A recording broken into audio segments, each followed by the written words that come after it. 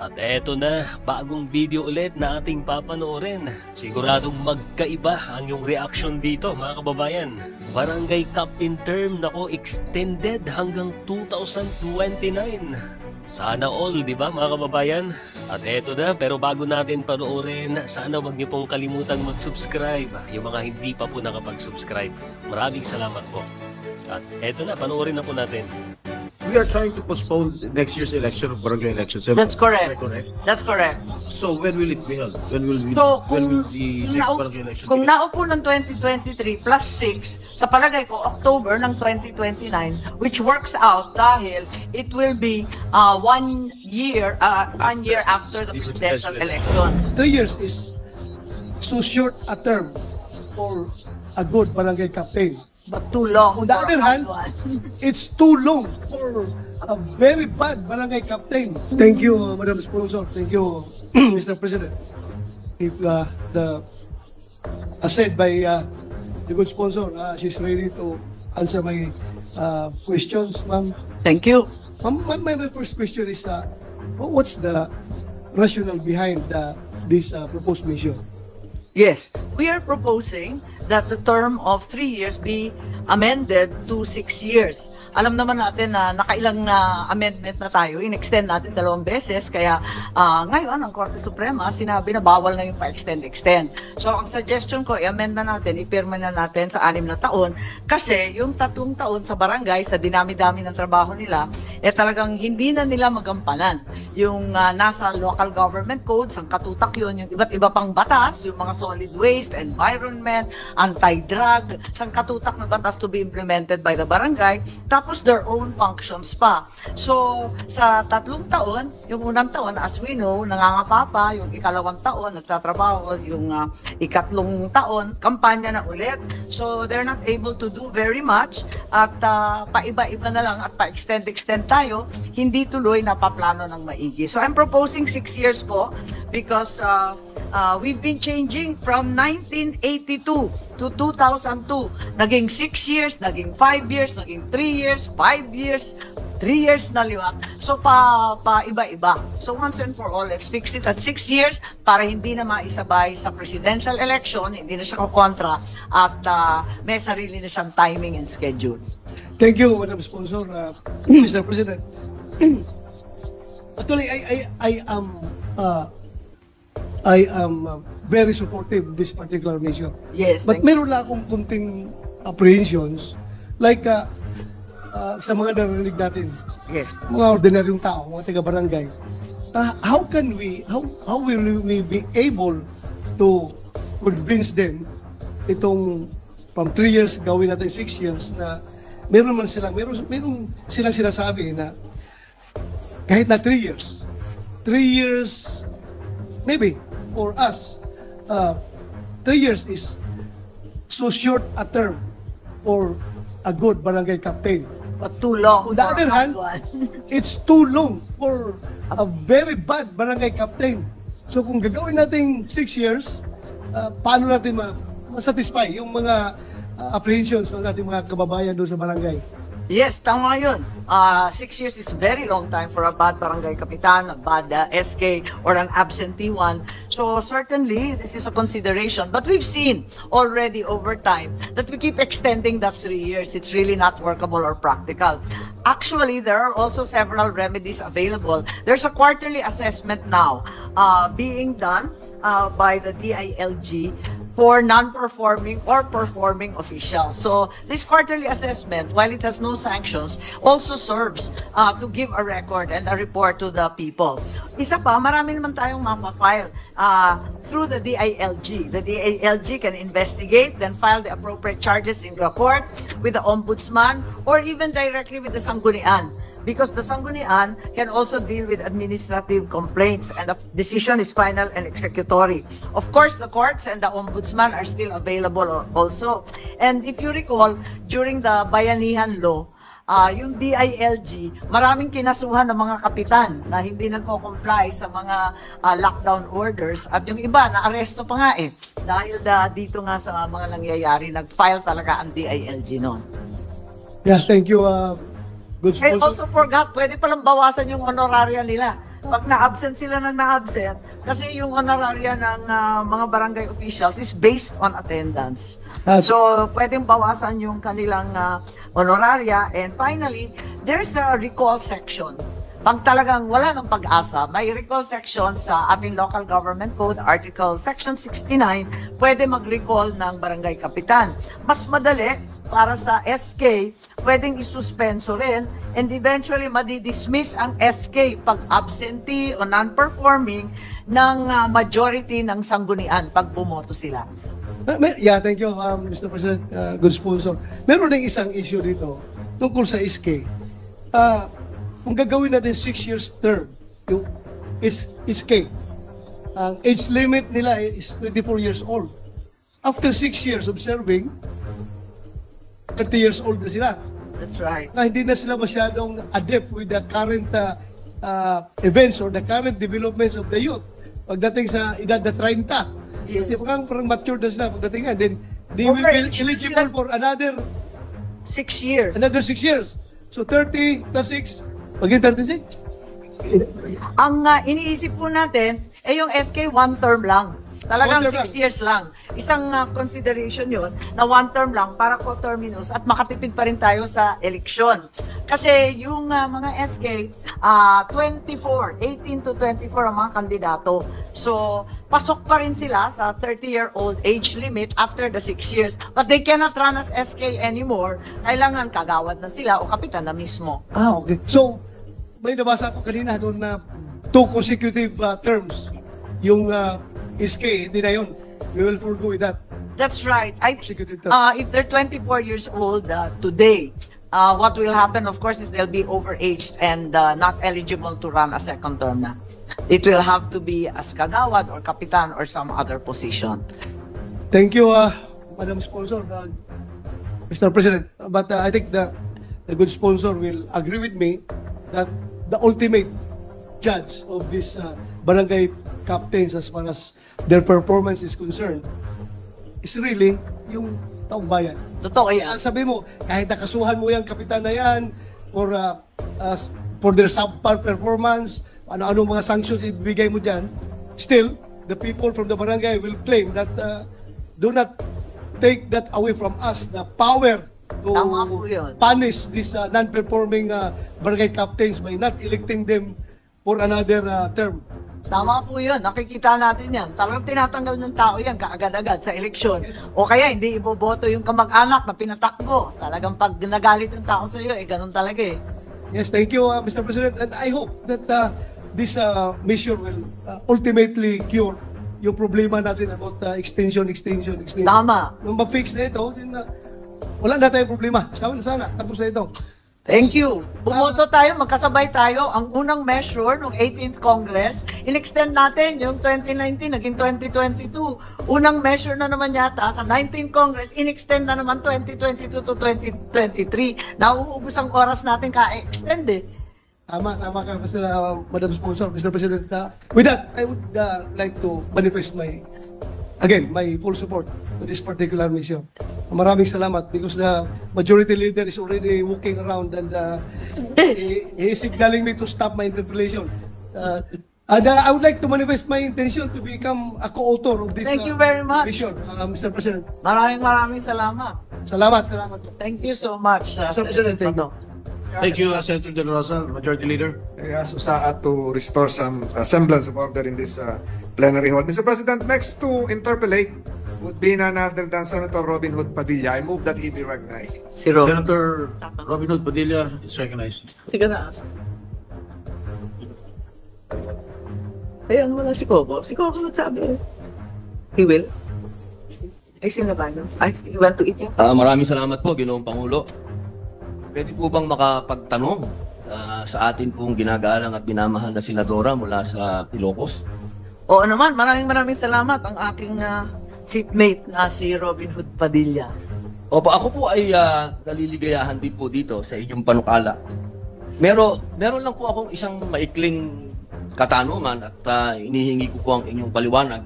Sapagkat ang Supreme Court po ay nagsabi unconstitutional daw po yung law ng pag-postpone natin ng barangay at sangguniang kabataan na dapat daw po ay isinagawa na.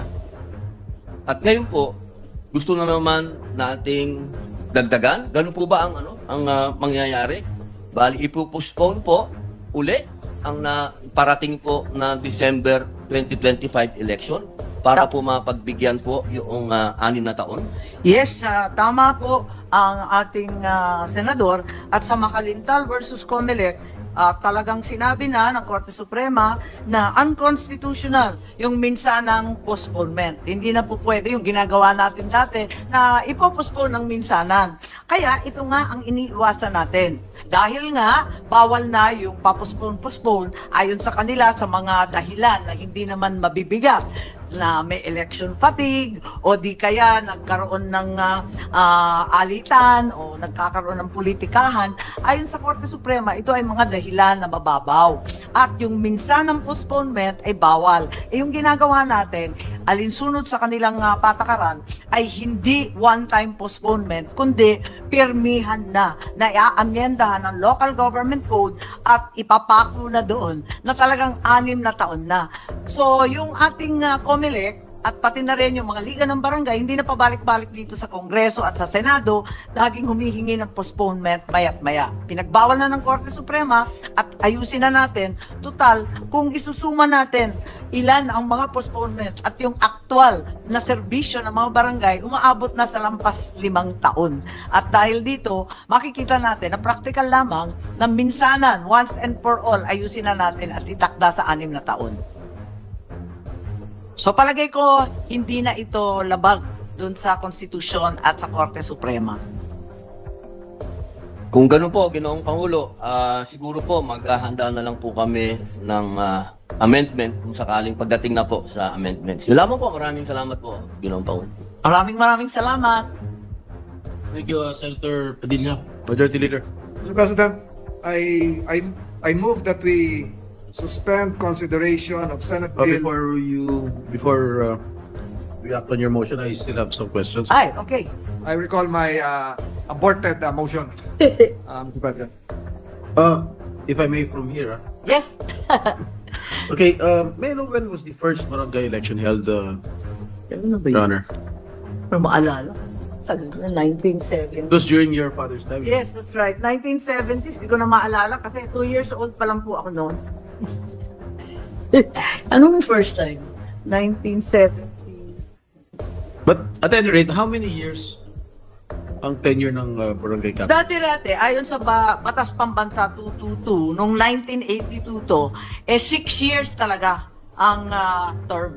Nag-umpisa talaga yan sa 6 years. Kaya lang, ang nangyari, magkasabay sila ng presidential election at saka nung barangay. Sabi ng COMELEC at sumang-ayon lahat na wag naman pagsabayan at napakagulo, sunod-sunod na eleksyon sa iisang taon. Parang ang mangyayari sa 2025, ganun po rin. Okay, we are trying to postpone next year's election of barangay elections. That's correct. Am I correct? That's correct. So when will it be held? When will So, the next barangay election? kung naupo ng 2023 plus 6, sa palagay ko, October ng 2029, which works out dahil it will be 1 year after the presidential election.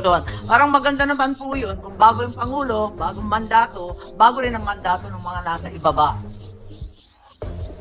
Okay, the proposed measure provided the next barangay and SK election shall be held on second Monday of May 2029, as you've mentioned earlier, and every 6 years thereafter. It should be the last Monday of October in 2029. Last Monday, Oo. Sana that would be ideal para not on May. wag ng May kasi nga pero okay din kung May. Kung sa tingin ninyo, total it's 1 year later. Yes. Paganda na yung COMELEC. Will this provision indirectly contravene the ruling of the Supreme Court that the succeeding barangay and SK elections shall be held on the first Monday of December of 2025 and every 3 years thereafter? Yes, I think this will be an amendment. This will be a new law which will supersede the previous ones. And the recommendation is, as the good Senate President Pro Tempore mentioned, that may also be a good option given that October is always rainy and there are midterms and other exams which hamper the SK from attending and voting. My only concern here, Madam Sponsor, is that if this measure will be passed into law, setting a fixed longer term of 6 years for barangay officials and their kagawats, and there will be a postponement, there may be a scenario that barangay officials would serve longer than the president. Do you agree, Madam Sponsor? I think that's not going to happen. They will serve, in fact, 1 year longer. That's correct. But it should not happen again. It will, thereafter, it will be coordinated 1 year after the president. Pareho lang, 6 na taon. Siguro yung lalampas lang, hindi rin lalampas eh. Kasi yung mga nakaupo ngayon, nag-umpisa ng 2023. Samantalang ang Pangulo, 2022. Tapos yung susunod na election ng Pangulo, 2028. Ang mga kapitan at mga opisyal, 2029 naman. So patas lang sila na 6 na taon, yun nga lang, magkasunod. So, ibig sabihin, napakaswerte nitong incumbent barangay captains sa buong Pilipinas because they will serve for 6 years. Am I correct? Yes, that's correct. At yung batas pambansa, natanong ninyo kanina, yung 1982, 6 years talagang nagsimula yon. Tapos 1988, 5 years. Talagang matagal ito dati. Tayo lang ang nagbagsak sa 3 years. Because by virtue of the local government code of 1988, Yes, that's correct. the term of office was reduced to 3 years. Yes. I think that was a later amendment. Papalit-palit kasi ito eh. Nung 1982, napaltan yung 6 years to 5 years. Nung 1988, 1991, 3 years na lang. Nung 1998, 5 years na naman. Tapos 2002, 3 years na naman. Gawin natin 1 year. Para masaya. Taon-taon eleksyon. Kaya nga, nahihirapan yung mga barangay. Ang dami-daming requirements ngayon sa barangay, sa COA, ang daming problema sa DBM, yung papeles nila halos pareho rin ng munisipyo. Kaya't para lang matuto kung paano mapilapan ito at mag-comply, talagang kinakailangan nila ng halos 1 taon para makabisado nila lahat yan. Okay, my last question is, with the recent decision of the Supreme Court declaring the unconstitutionality of Republic Act 11935 regarding the postponement of the October 2023 barangay elections, would this proposed measure address the concerns of the Supreme Court by fixing the term of office of barangay officials to 6 years? Yes, I believe that there is no contravention of the recent Supreme Court decision because we know that the main and only purpose of RA 11935 was to move the barangay election from 2022 to 2023. Only a one-time postponement. That is what is prohibited by the Supreme Court. In this case, we are fixing for all time and for all terms the duration of the barangay officials term for 6 years. So iba naman yung ginagawa natin, hindi yung minsanan na parating nagpo-postpone na nangyari na 2 beses sa atin dito. At ang ginagawa naman natin ngayon ay once and for all, habaan na natin para hindi maya bumabalik sa Senado at Kongreso. Hindi ba ho naglalabi ibang local officials aside from the barangay captains like mayors, governors, na extend din yung kanilang term, habaan yung kanilang? Oo nga. Oo, talagang nakasimangot po. Hindi naman naglalabi, nakasimangot lang at hindi pumapalakpak. Pag kinakausap ko yung ibang kapitan, anong suggestion ninyo? Ano ba maganda gawin? Pag kinakausap yung SK, palakpakan yung SK at yung barangay. Pero yung mga mayor at congressman, medyo hindi sila natutuwa. Ang sabi nila, kung yung barangay 6 na taon, sana all.